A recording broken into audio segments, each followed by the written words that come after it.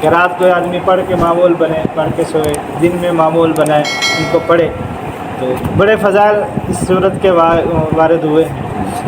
چند ایک میں نے آپ کو بیان کر دیے کہ ہم اس کا معمول بنیں۔ گھروں کے اندر اگر ایسے مسائل ہوں تو ایک مرتبہ ایک ہی مجلس میں پڑھ لیں، بہتر ہے، نہیں تو تھوڑا تھوڑا بھی پڑھ سکتے ہیں، تھوڑی صبح پڑھ لیں، تھوڑی زور کو پڑھ لیں، تو جیسے کہ ضروری تو نہیں ہے پڑھنے کا ہے، یہ تو نہیں ہے کہ ایک دفعہ پڑھ لیں۔ اگر ایک دن میں ایک دفعہ ہو جائے تو بہت زیادہ بہتر ہے، اگر نہیں ہو سکتی تو 2-3 دن میں بھی پڑھ سکتے ہیں، کہ گھر کے اندر معمول بنائیں گے تو یہ ساری چیزیں ختم ہو جائیں گی، بجائے عملیات والوں کے پاس دوڑنے کے، ادھر ادھر پاس جانے کے۔ ان عمل کو اختیار کیا جائے جو اللہ کے نبی صلی اللہ علیہ وسلم نے بیان کیا، کہ ان صورتوں کے اپنے خاصیات ہیں۔ جیسے سورہ فاتحہ کے بارے میں آپ کو بتایا تھا کہ شفا ہے، اور واقعات بھی بتائے تھے کہ دیکھیں کہ شفا حاصل ہوئی، یقین کے ساتھ پڑھیں گے، اللہ تعالیٰ سے یقین بھی ہو، فضائل کا استظہار بھی ہو، اور اللہ پر بھروسہ بھی ہو، تو انشاءاللہ اللہ تعالیٰ ضرور ثمرہ عطا کرتے ہیں۔ سورہ بقرہ کے یہ فضائل، اور سورہ بقرہ ایسی مضامین کے اوپر حامل ہے کہ حضرت عمر رضی اللہ تعالیٰ عنہ اس کو 12 سال کے اندر پڑھے تھے۔ بعض بزرگ فرماتے ہیں کہ اس کے اندر ایک، کل میں نے آپ کو بتایا تھا نا، اوامر نہی، اوامر کس کو کہتے ہیں؟ حکم، نہی منع کو۔ تو سورہ بقرہ کے اندر 1000 اوامر ہیں، حکم ہیں، جن چیزوں کا کرنے کا کام کا حکم دیا گیا 1000، اور 1000 نواہی ہیں، نہیں ہیں، 1000 خبریں ہیں، 1000 حکمتیں ہیں، 1000 جو ہیں قصص ہیں۔ تو اسی کی تشریحات میں عمر رضی اللہ تعالیٰ نے تفسیر کے ساتھ جو پڑھی تو 12 سال لگ گئے، سورہ بقرہ کو 12 سال میں پڑھی۔ حضرت عبداللہ بن عمر رضی اللہ تعالیٰ نے 5 سال میں سورۃ بقرہ کی تفسیر پڑھی، 5 سال کے اندر اتنے، یعنی دیکھیں قرآن کریم خزانہ ہے۔ جیسے ابھی پڑھا تھا نا سورہ فاتحہ کے اندر ہمیں 2-3 ہفتے لگ گئے، تو وہ بھی ابھی کچھ تشریح بیان ہوئی تھی، لیکن پوری کتابیں ہمارے بڑوں نے لکھی ہیں، بھری ہوئی ہیں، بندہ پڑھے سمجھے تو خزانہ ہے، کنز ہے۔ سورہ فاتحہ کا نام بھی کیا تھا؟ کنز۔ تو ایسے ہی قرآن کریم کہ ایک ایک آیت میں علوم اور معارف، کہ آدمی ان کے اوپر غور کرے۔ اس لیے انہوں نے کہا 1000 حکم ہیں، 1000 حکمتیں ہیں، 1000 نہیں ہے، 1000 قصص ہیں، 1000 خبریں ہیں۔ تو یہ ایسی صورت ہے۔ اس صورت کا سورہ فاتحہ کے ساتھ ربط یہ ہے کہ سورہ فاتحہ کے اندر ہم نے پہلے پڑھا تھا کہ اس میں کیا ہے؟ دعا تھی، اہدنا الصراط المستقیم، کہ آدمی اللہ تعالیٰ سے ہدایت مانگتا ہے، تو اللہ تعالیٰ نے اشارہ کر کے بتا دیا ہے، اب اس صورت کے ساتھ لے کر کہ جو ہدایت مانگ رہے ہو، یہ ہدایت کیا ہے؟ ذالک الکتاب، یہ قرآن کریم یہ تمہارے لیے ھدی للمتقین، ہدایت یہی ہے نا، کہ اللہ تعالیٰ سے ہدایت مانگ رہے ہیں سیدھے راستے کی۔ سیدھا راستہ کیا ہے؟ قرآن کریم ہے، قرآن کریم اور قرآن کریم کی تعلیمات، کہ آدمی اگر صراط مستقیم پر چلنا چاہتا ہے تو وہ قرآن کریم کو پڑھے، سمجھے، اس کی تعلیمات کے اوپر عمل کرے، تو سمجھے وہ کیا ہے؟ صراط مستقیم پر چل رہا ہے۔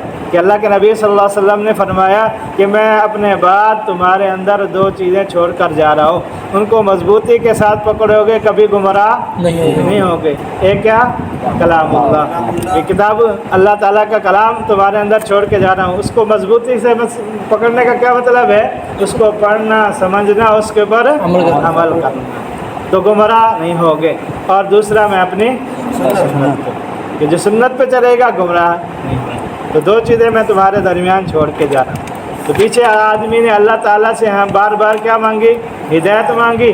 اللہ نے اشارہ کر کے ذالک الکتاب ھدی للمتقین، یہ وہ کتاب ہے جس کی تم ہدایت مانگ رہے تھے، اس کے اندر ہدایت ہے، اسی کے اندر صراط مستقیم۔ تو پچھلے 3 گروہوں کا ذکر تھا، پڑھا نا 3 گروہ، کون کون سے ہیں؟ فاتحہ کے اندر 3 گروہ بیان کیے تھے نا، تھوڑا سا کوئی ساتھی بتا دیں۔ ابراہیم صاحب، فاتحہ میں 3 گروہ، 3 فرقے بیان کیے تھے نا؟ آخریات میں دیکھ لیں، نیچے دیکھ لیں، نیچے دیکھ لیں، آخریات میں ہے نا؟ انعمت علیہم ایک گروہ ہو گیا، مغضوب علیہم دوسرا، اور گمراہ ہوئے، ہاں 3 گروہ تھے نا؟ تو ان 3 گروہ کا ذکر تھا۔ اب پہلے ہی اس صورت کے درمیان شروع کرتے ہی 3 گروہ کا ذکر ہے۔